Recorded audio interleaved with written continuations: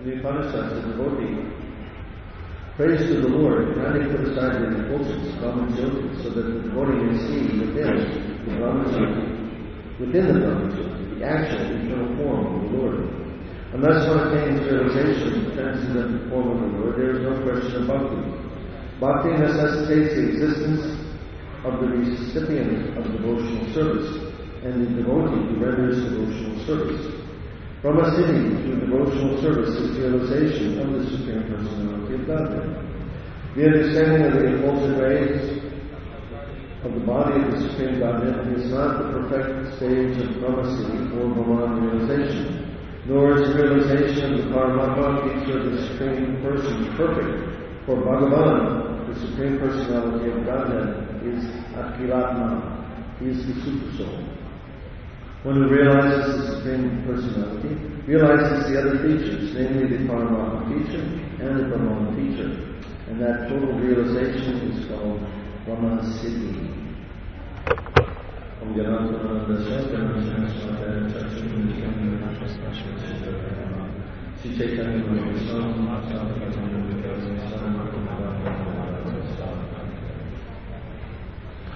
So in this chapter, Bhaktivedanta is explaining the science of devotional service to his Madhya Vibhuti.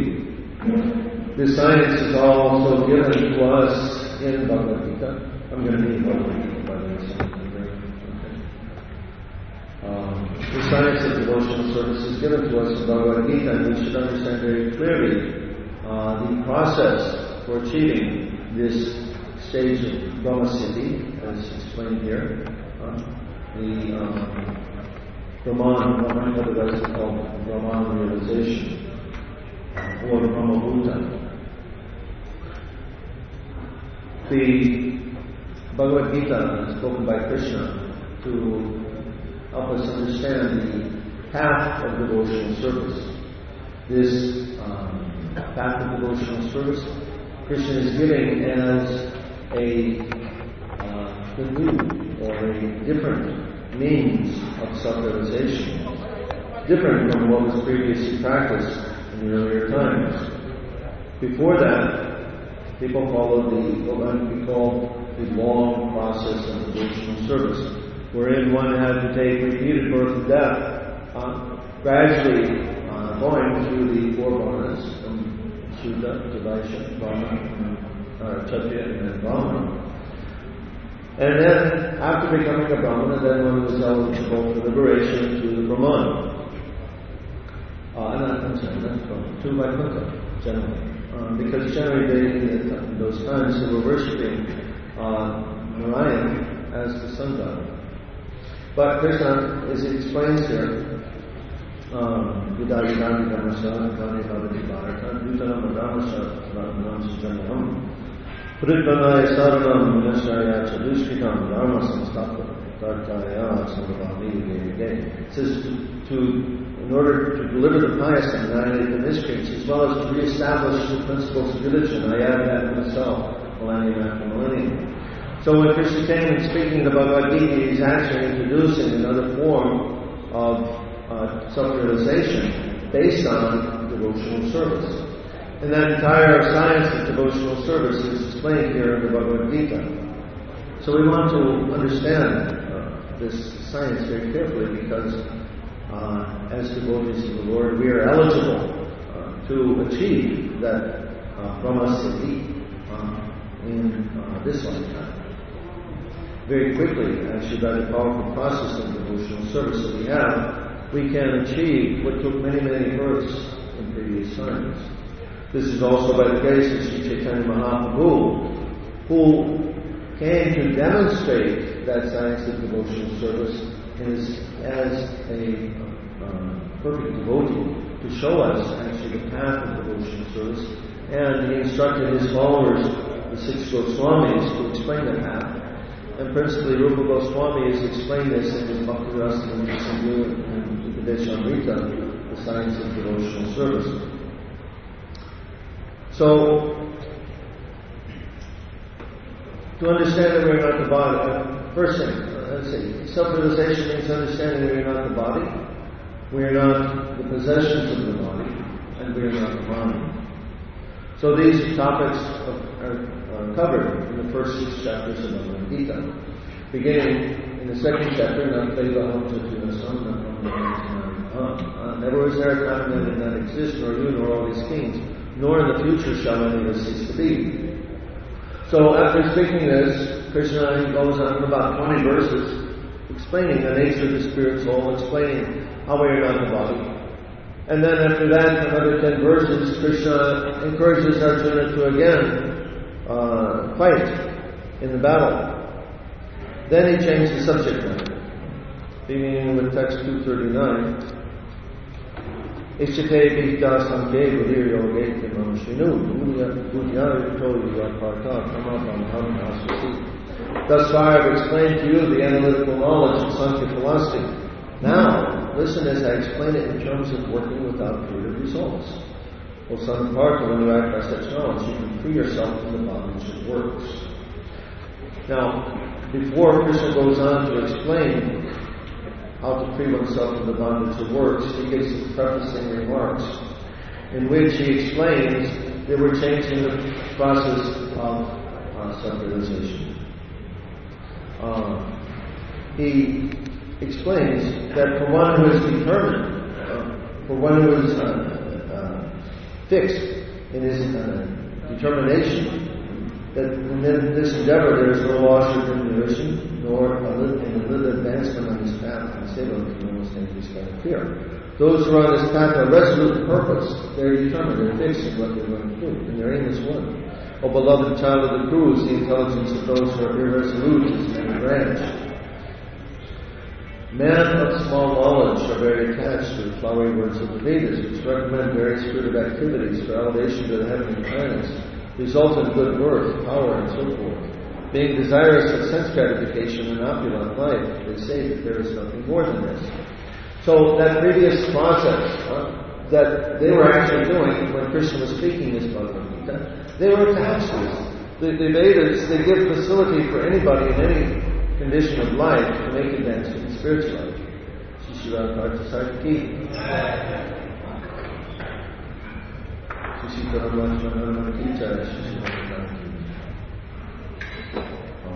So anybody could make advancement. And the Vedas, they made allowance for a person to satisfy their sense desires and at the same time gradually make progress in spiritual life. But it was a very long process. In any case, those persons, they were attached to the flowery words of the Vedas because they wanted to have that, they wanted to enjoy sense gratification. So, naturally they say there's nothing else to do. This is the only way. Sometimes we hear this from some Christians these days, right? Jesus is the only way. So this becomes some fanatical idea that there is no other way. But Krishna is explaining here there is another way, and in Bhagavad Gita he explains what that is.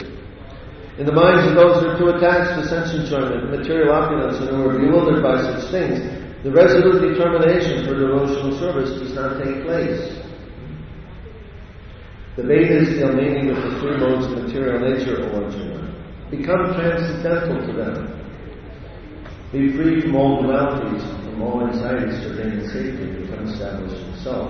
So here Krishna is introducing the idea of rising above the modes by, as he's saying, the Vedas, they deal with the modes of nature. So rise above the modes. We don't have to actually follow the Vedas. He's going to give another process which elevates us quickly above the modes, the process of devotional service. All purposes served by a small well can at once be served by a great reservoir of water. Similarly, all the purposes of Vedas can be served by one who knows the purpose behind them. So what's the purpose of the Vedas? To develop love of God, or to achieve liberation. So the purpose behind them, we understand, devotional service to the Supreme Personality of Godhead. And so we can take that path directly, and that's the path that Krishna is giving here in Bhagavad Gita. Now he begins the second lesson in Bhagavad Gita. Material ego has two aspects, I and mine. So the first two lessons in Bhagavad Gita are about I and mine. Okay? I am not the body, and now neither are the things that I own. He explains, you have the right to perform your prescribed duty, but you're not entitled to the fruits of action. Never consider yourself to be the cause of the results of your activities and never be attached to not doing your duty. So here, Krishna is saying that we work for some result, but he says you're not entitled to that. That everything, he's going to explain, everything should be done for the pleasure and satisfaction of the Supreme Lord. Not for one's own personal sense gratification. Now, this also gets into the area of karma. When I'm endeavoring to get some result for myself, I must give that result. This is the way the universe works. If I have a desire, any desire, it must be fulfilled. And so we create a huge stock of desire seeds by simple desires. Then we carry those desire seeds, or rather those desire seeds, they carry us forward, birth after birth after birth, in order so that they may be fulfilled. And it can be just a simple desire, even a thoughtless desire. Let me give you an example. In 1981, I was chanting japa in one room in the Miami Temple. The Miami Temple at that time also was housing the offices of the BBT, where Vivekananda Gopi Pranadana Vividapurus, where they were translating, producing the 10th, 11th, and 12th cantos of the Bhagavad Gita. So I was looking into the window of the BBT and I thought, oh, wouldn't it be nice to work for BBT? These devotees are always just focused on the Bhagavatam and Krishna consciousness. Wouldn't it be so nice? Because at that time, I was a householder. I was working at an outside job. And so I was thinking, oh, it would be so nice just to do devotional service and work for the BBT all the time. Anyway, it was just a simple thought. It wasn't really a serious idea that I'm going to go ahead and I'm going to see if I can get some job there. Just as a passing thought, and I really didn't think anything more about it. But about 9 months later, the devotees they came to me and they asked me, will you come and be the production manager for the BBT? We need a production manager. And at that time, by that time I had lost my job. The company closed. And so I was without any engagement. So the devotees came and asked me to do that service. So this little passing thought, without much behind it, this generated some reaction. So all of our thoughts, whatever they might be, right? Oh, look at that car, I'd like to have a car like that. Or, someday I'll have a big job, I'll be in charge, right? Whatever it might be, The ladies said they can look at, some fancy sari and be thinking, oh, how would I look in that? All of these little simple thoughts, they're desire seeds which must bring a result. So Krishna is telling us, you have a right to perform your duty, but don't be attached to the results. The results aren't for you, because if you want that result, again you have to come back. So Krishna is explaining how we achieve liberation in this one lifetime by giving up these desires and engaging ourselves in the devotional service. So he goes on then to explain the process by which we become free from all of our material attachments. Later on in the second chapter, he's going to tell Arjuna and us that we should not indulge ourselves in unrestricted sense gratification. We must restrict the senses. Now, if we want to understand that we are not the body, we are not the senses, we must restrict the senses. What happens when we do that is we set up a duality. We see the senses are demanding something, but some other part of self is saying, no, you shouldn't do that. So there's this duality between the body and another aspect of self in which we can understand that we are not the body. There's something else besides the body, which is what we are. This begins by developing our spiritual intelligence by hearing Bhagavad Gita, hearing about hearing Bhagavatam, hearing from the spiritual master. In this way, by developing our transcendental intelligence, we understand that yes, I must restrict my senses. We begin to do that. This is the first stage in self-realization. I begin to understand how I'm not the body.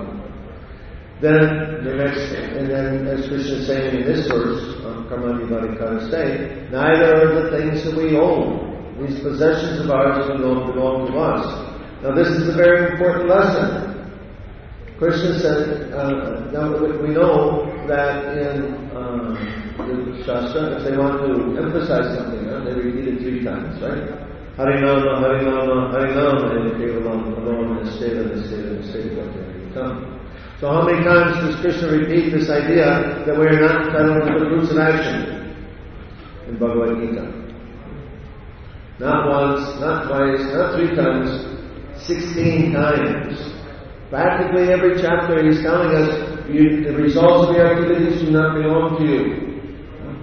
He says it again and again and again so that we can get into our conditioned nature and understand that point. So, we're not the body, we're not the possessions. Next thing, we're not the mind. Now for this, Krishna gives the explanation and instructions for this in the 6th chapter of Bhagavad Gita. To understand we are not the mind, we follow the same process as understanding we are not the body. That is, we have to restrict the mind. When we restrict the mind, then again we establish that duality that I am something other than the mind. And we have a process for doing this. What is that called? Japa. It's called japa. During japa, the idea is we fix the consciousness on the sound vibration of Krishna's name. The mind wants to wander here and there. And it does. And Arjuna was complaining, Krishna, you can't control the mind. And Krishna says, yes, by practice and by detachment you can do that.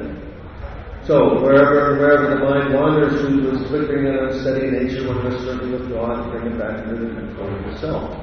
So we practice this during japa. The mind goes away, we bring it back. The mind goes away, we bring it back.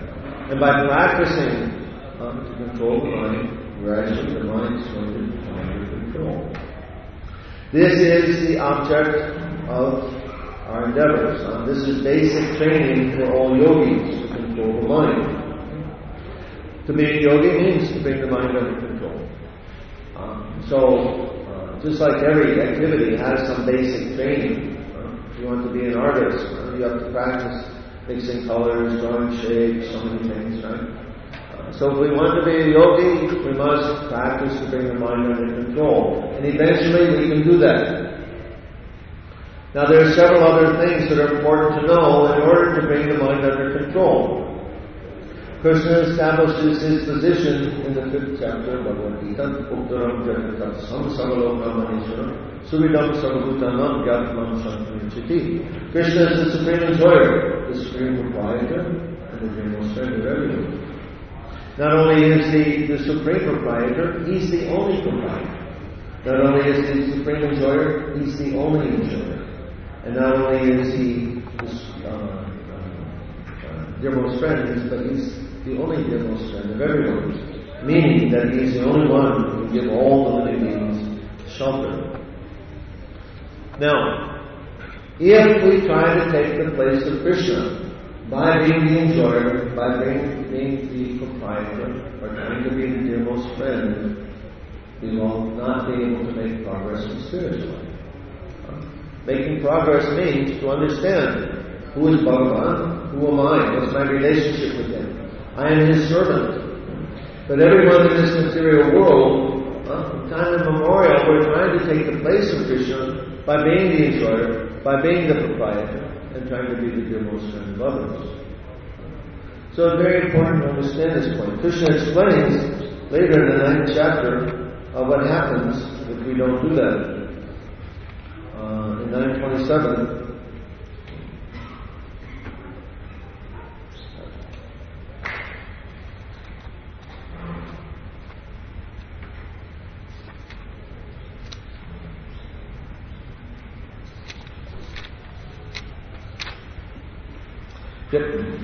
I'm sorry. Aham hi sarvayajnanam mukticha prabhurecha matrimam janati tatvinataschanantite. Krishna says that I am the only enjoyer and the only object of sacrifice. Those who do not recognize my true transcendental nature fall down. To not recognize Krishna's transcendental nature means we don't recognize him as the enjoyer. I want to be the enjoyer. If I try to be the enjoyer, then we come under the control of Maya. We fall down. If we don't recognize Krishna as the proprietor, and I'm trying to be the proprietor of the things of this world, again, I must fall down. And the same thing with the dear most friend. Let me explain this idea of the dear most friend. Enjoyer and proprietor are somewhat straightforward ideas. To be the dear most friend of everyone means that we give a person shelter. Now this is generally typically seen between parents and their children. Naturally, the child is completely dependent on the parents, and so the parents are always giving shelter to the children, to the extent of their ability. But their ability, of course, is very limited. Many times we see that the children get sick, and there's nothing really the parents can do. Despite their best effort, the child may even sometimes die. So this means that the parent can only give so much help. The actual person who is the dearmost friend of others, meaning the person who can give shelter at all times, including the time of death, is the Supreme Lord. So, this is Krishna's position, the Supreme Enjoyer, the Supreme Proprietor, and the dearmost friend. If we try to take the place of Krishna in any of these ways, we will not be able to control our senses. We will not be able to give up sense gratification. And we will not be able to make much progress in spiritual life. It's very important to understand this. I've met devotees before. They say that this process doesn't work. One devotee is saying, I've been chanting Hare Krishna for 20 years, and I see so many devotees chanting, and what's happening? They're not making any progress. They're not coming to this transcendental stage. Therefore, this process doesn't work. What do you think? No. This is a transcendental science, and as a science, if you perform the science properly, you're guaranteed to get the result. If you're not getting the result, that means there's something missing. It means that we're not doing the science properly. And one of the very easy things to overlook is this point of trying to take the place of Krishna as the enjoyer, as a proprietor, as the demonstrator. Now let's go into this in some more detail so you understand what it means to be the enjoyer. Say, for example, I'm eating some nice prasadam, it's so good, I'm really, really enjoying it. Where does that enjoyment take place? On the tongue? Or? In the mind? Yeah. The taste, the experience of taste takes place on the tongue. But the enjoying consciousness is there in the mind. The mind's business is to what? Accept and reject on the basis of sense gratification. So when there's something nice, then the mind says, oh yes, very good, I'm enjoying that. Right? The mind, actually, the difficulty is we identify with the mind, with the material mind. And so when there's some pleasure that's coming, I think I'm enjoying. Or when there's some pain, we think I'm suffering. But all this enjoyment and suffering, this is actually going on in the mind.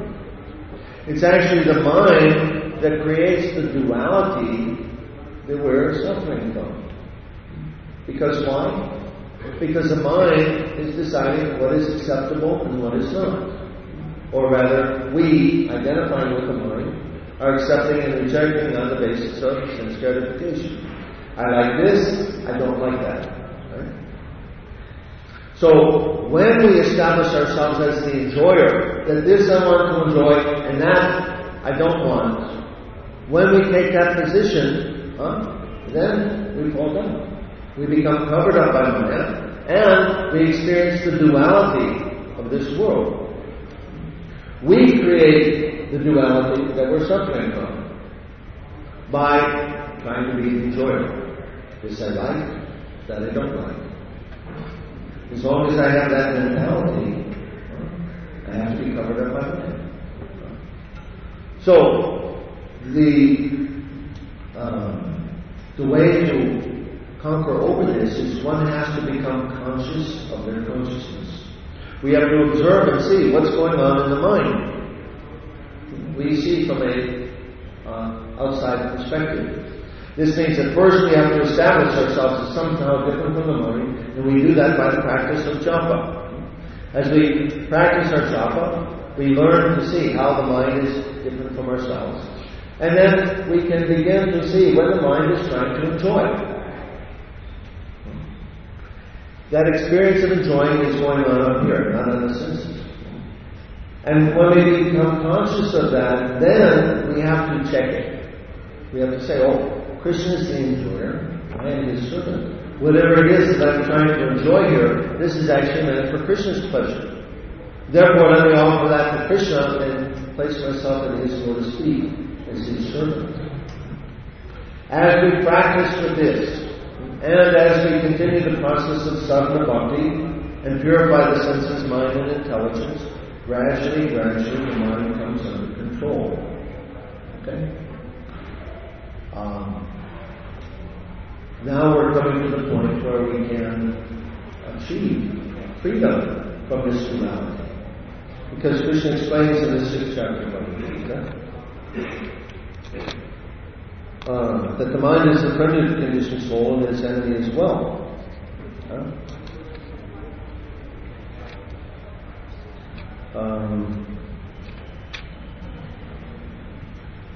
For one who has conquered the mind, it's his best of friends, but for one who has failed to do so, the mind will remain the greatest enemy.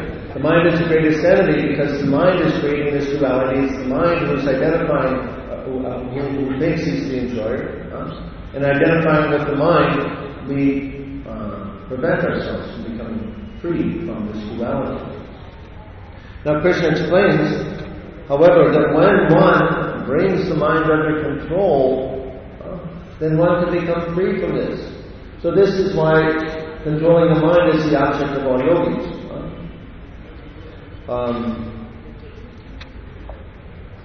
For one who has conquered the mind, the super soul is already reached. For he is attained tranquility. To such a man, happiness and distress, equal, honor and dishonor, they're all the same. So, this duality, for one who has conquered the mind, there is no duality anymore. Hot and cold, it's the same. Honor and dishonor, it's the same. Happiness and distress, it's the same. Because why? Because we're no longer trying to be enjoyed. This then is the transcendental position of Brahmabhuta. Brahmabhuta Prasanatana Susati Kanchati. Samasavesha Bhuteshu Madbhaktam Navate Param. For one who is thus transcendently situated, he at once realizes the Supreme Brahman. He never laments nor desires to have anything. Again, not lamenting, not desiring, not hankering, lamenting. This is freedom from duality. And Krishna says the super soul is already reached when you control the mind. This is Krishna consciousness. This is what Krishna consciousness means. This is what we're supposed to come to in our practice of devotional service. This is our goal, at least the initial goal. Because from there, when we come to the Brahmabhuta position, this is the beginning. This is the beginning of devotional service, meaning the beginning of pure devotional service. From there on, then we engage more directly in Krishna service, and we begin to take up a relationship with Krishna in the 5 kinds of rasas. So, this is the point that we want to come to. We want to be able to bring this mind under control. We want to give up trying to be the proprietor, trying to be the enjoyer, trying to be the most friend. And then we will attain the transcendental position that Prabhupada is speaking about in the commentary to today's verse. So this science, one more point. When we bring the mind under control, this is Krishna consciousness. This is explained by Krishna in the 18th chapter, text 57.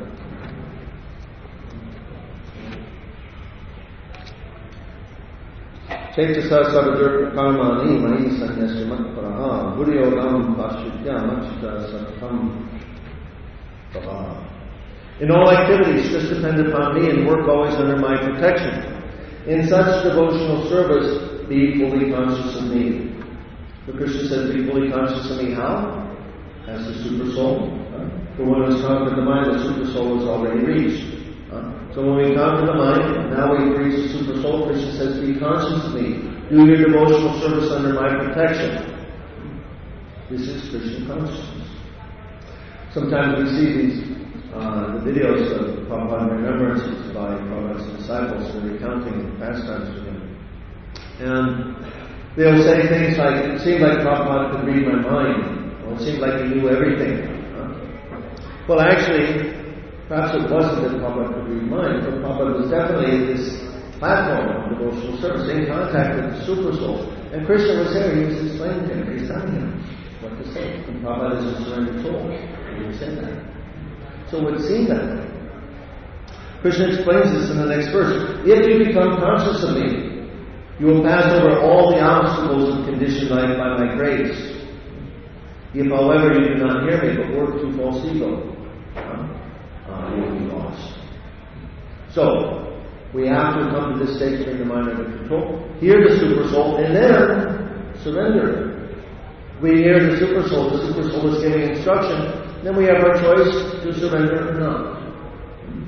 Super soul, he gives many instructions, very simple thing like, don't put your keys down there, you'll forget them. These are things. So he's giving us the practical advice. You will see, if we don't follow his advice, it's a mistake. There will always be, it's always a wrong action. He says, you'll be lost. If you act with false ego and unity. So, coming to the stage of Brahmabhuta, still yet we have to surrender. And then surrendering, then we can move forward in devotional service. So this is the science of Krishna consciousness. It's all presented here in Bhagavad Gita. We have to understand this, study Bhagavad Gita, understand this science, and apply it in our own lives. By doing that, we should be able to make rapid progress.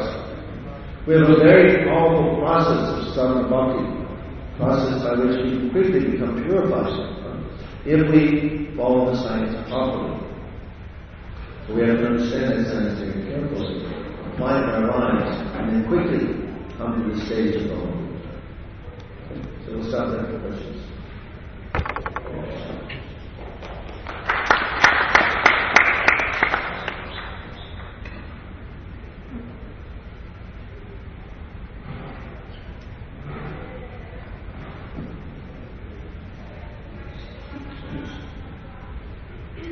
Thank you very much for the very short class. Many set of points we discussed. Prabhuji is saying being conscious of the conscious. Because we have a tendency of enjoying everything from the self and keeping ourselves. So deep rooted. Being conscious of the conscious is not easy always. Because one has enjoying tendency. Even though he is working to be conscious of the conscious, and enjoying tendencies will take over. Because I want something, and also being alert of the conscious, and what's going on in the conscious. The enjoying tendency is so strong that it will not allow you to be always conscious of the conscious. So what are the other methods? Because it's a very difficult task for one who is conditioned deeply. We have to first purify ourselves. The senses, mind, and intelligence are the sitting places of lust. So they need to be purified. So one cannot immediately achieve that state. It takes some time, purification. As we engage ourselves in sadhana bhakti, hearing and chanting, remembering, and so on, gradually we become purified. And as we continue to practice to control the mind during japa, then gradually we will be able to become conscious. You've heard, you've maybe read Prabhupada writes, first become conscious, and then you can become Krishna conscious. So become conscious, yes. Become conscious of what? The most important thing is become conscious of our consciousness. To observe, what are we thinking? What are we thinking when we're doing our activities? That enjoying spirit, yes, is there for a long time, and we're accustomed. We identify with the mind so strongly, we think we are the mind. This is why we need to separate ourselves. We have to create that duality by controlling the mind, and then we can see the mind apart from ourselves. And we have to witness. And we have to remember Krishna's instructions, and then we can witness what we're doing. we may see ourselves trying to enjoy our devotional service. Right? I'm leading some kirtan, I sing so nicely, all the devotees are dancing so enthusiastically. You see what a good kirtan leader I am. Huh? And I'm enjoying my ability. If I do that, then, of course, this is blocking my path, my progress. Or we may see whatever we're doing. Many times we may try to enjoy our devotional service. So this is called mixed devotional service. Christians enjoy our service Christians, and at the same time I'm trying also to get some results from my devotional service. So this mixed devotional service is explained here also by Bhaktivedanta, and also in the 11th canto of the Bhagavad Gita. And one will work through that, and then come to the point of gradually pure devotional service. So it takes some time. We should not expect immediately that we're going to achieve that result. The point is that we apply ourselves very carefully to the process, understanding the process, and understanding the goal. The goal is this Brahmabhuta. The goal is to bring the mind under control. Not that I just unconsciously chant japa every day, the lips and tongue are going, the mind's off on somewhere else all the time. That won't work. You can chant for many, many years, even lifetimes, if you just chant in that way. So the idea, you have to understand the idea, bring the mind under control, come to the point of being able to witness the activities of the mind, and then remembering Krishna is the enjoyer. Don't practice. As Srila Prabhupada said, that if you cannot overcome your anartha, the spirit of Krishna can help you. And Acharya has understand Bhaktivedanta Swami Prabhupada,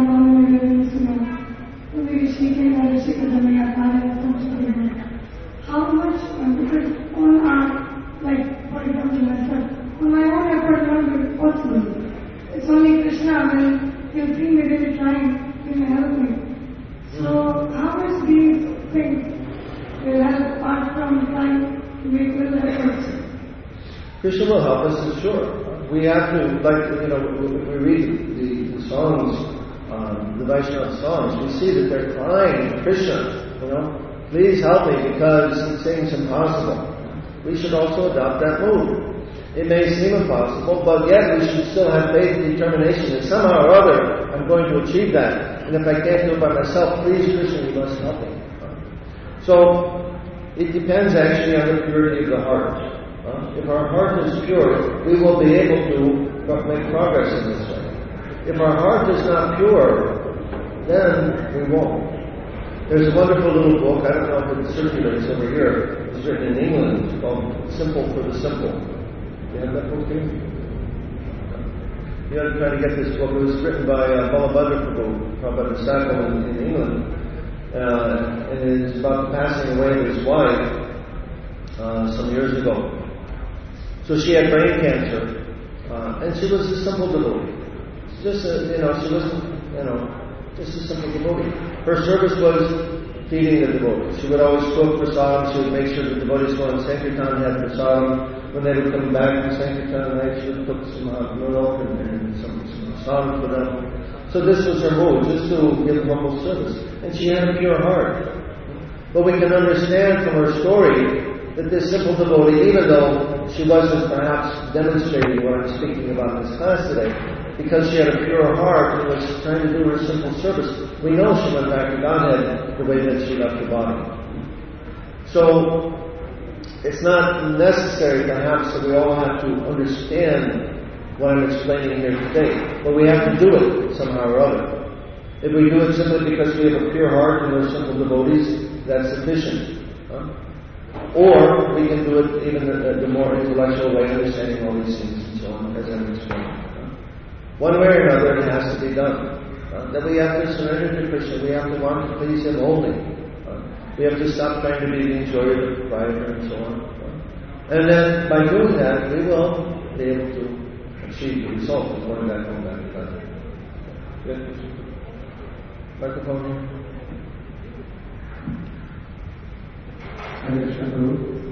One suggestion is there, and Prabhupada writes the purport, the first part of the purport. Prabhupada is taking the words Bhagavati and Akhilati and Brahma Siddhi. So just like the only three words are there in the absolute word, Bhagwan, Bhagwan. So first of all, Bhagavati means Bhagwan. One performs devotional service to the Bhagwan. Then he realizes Paramatma, Akhilatmani, that he is super serve everybody. And then he comes to Brahmasriti, that he is not the body, he is not the matter, and this is self-purification, complete purification of the self.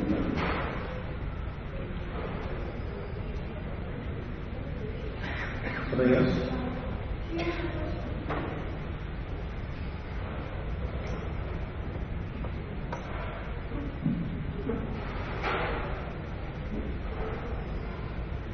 Guruji, when I'm doing devotional service, I know that Krishna is enjoying. At the same time, I'm enjoying too.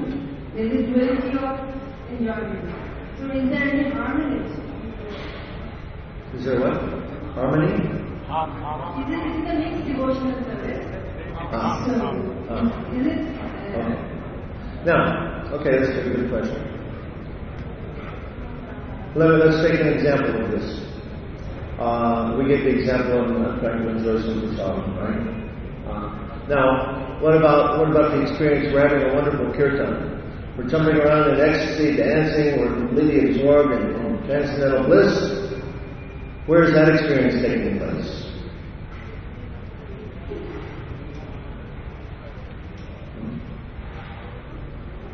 In the mind? Yes, no. It's a direct experience of our own spiritual nature. We are Satchidananda. And by this process of devotional service, we come in contact with our own spiritual nature. We experience that transcendental bliss, which is our very own nature. It's not coming from something external. It's automatically there from within. So we can be happy in this way, okay, by simply experiencing our own nature. That's a very different thing. That's a very different experience from trying to enjoy the material energy. Enjoying the material energy is based on duality. I like this, I don't like that. This is good, that's bad. But this transcendental bliss, there is no duality. It's completely joyful. And that we can so-called enjoy. Right? It's our nature. But it's not, we don't have this consciousness, I enjoy it. We're just blissful. Okay? Does that make sense? Anybody else? Is that okay? It's different, it has a different quality. So, yes, we can enjoy, be happy like that. We can share in this transcendental bliss with Krishna. Krishna wants us to be happy. He's giving to his devotees whatever we need to do our service and so on. And serving his devotees in so many ways. And he wants to have this loving reciprocation. So that's the object or the idea of the devotional service. To please Krishna, but by pleasing Krishna we will also be pleased. Some other books I've read before, they say, when you stop trying to be happy, then you can actually achieve happiness. It's a little kind of a crude way of saying it, but more or less that's what it means. When we accept Krishna as the enjoyer, and we're his servant, then we can actually enter into our own spiritual nature and experience transcendental bliss. Does that answer your question?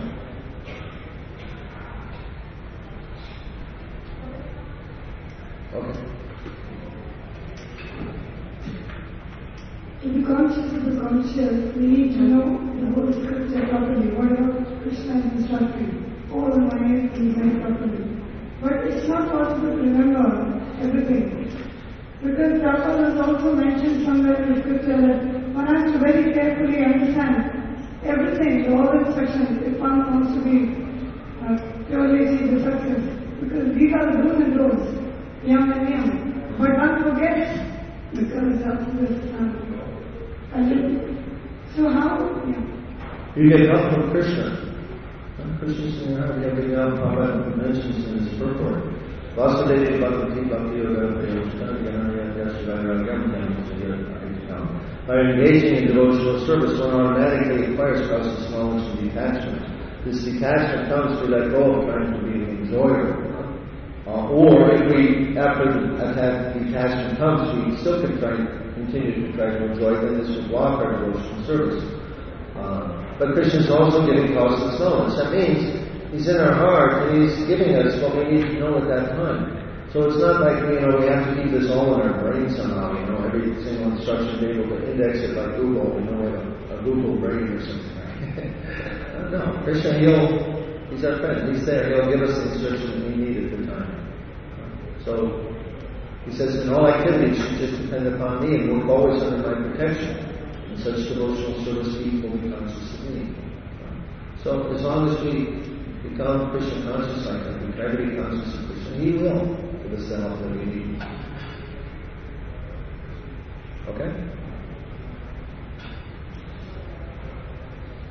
Alright? Now, one reason I'm traveling around India is I came to promote my new book on spiritual economics. This is Economics According to Bhagavad Gita. The title is Lessons in Spiritual Economics from the Bhagavad Gita.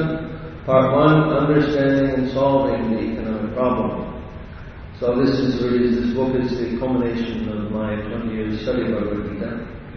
In 1988, Krishna gave me some realization that He's talking about economics in Bhagavad Gita. I was saying, wow, look at that. I started to understand that, and everywhere I would read, I would see this in Bhagavad books. Because there's so much about this. And so it took me a long time to finally be able to get this book written. Finally got that done. There's going to be 3 parts when it's finished. This first part is an analysis of economic activity according to the gunas, different consciousness. So nobody else has ever written a book like this before. All the people writing about economics are trying to solve the economic problem from the perspective of the economic calculus, adjusting interest rates and balance payments and all that kind of stuff. But economics is a man-made creation. And therefore, if we want to understand economics, we have to understand human beings. And the best way to do that is with the knowledge of the gunas. So the gunas explain different consciousness. And according to different consciousness, there's a different way of handling economic activity. So I explain that in this book. I show how the trend is from goodness to passion, and now increasingly to ignorance. And then we make a little projection. We say, if things continue to go on this way, what can we expect? It's not going to be a happy ending. Because why? It's tamagun and rajagun, right? The result of tamagun is destruction. The result of rajagun is distress. So that's going to be the future of the world, unless we get more sattva into the picture. Because sattva is by which everything is maintained. But with rajagun and tamagun increasing, sattva has to decrease. So, what are we going to do? How are we going to get more sattva? The only way that I can see is by chanting the holy names. By increasing the chanting of Hare Krishna throughout the world, we can actually then solve the economic problem for everybody. Anyway, if you want, please come and take a look at the book. I'm just here for a few hours this morning. I'm going to be going to Vrindavan today. I'll be coming back next week. But anyway, I hope to have some opportunity to speak about spiritual economics. But maybe we'll have one, maybe not, I don't know. In any case, please come and have a look at the book. And if you're interested, I'll be happy to bring it down, purchase all of this. Thank you very much. Sri Prabhupada Ki.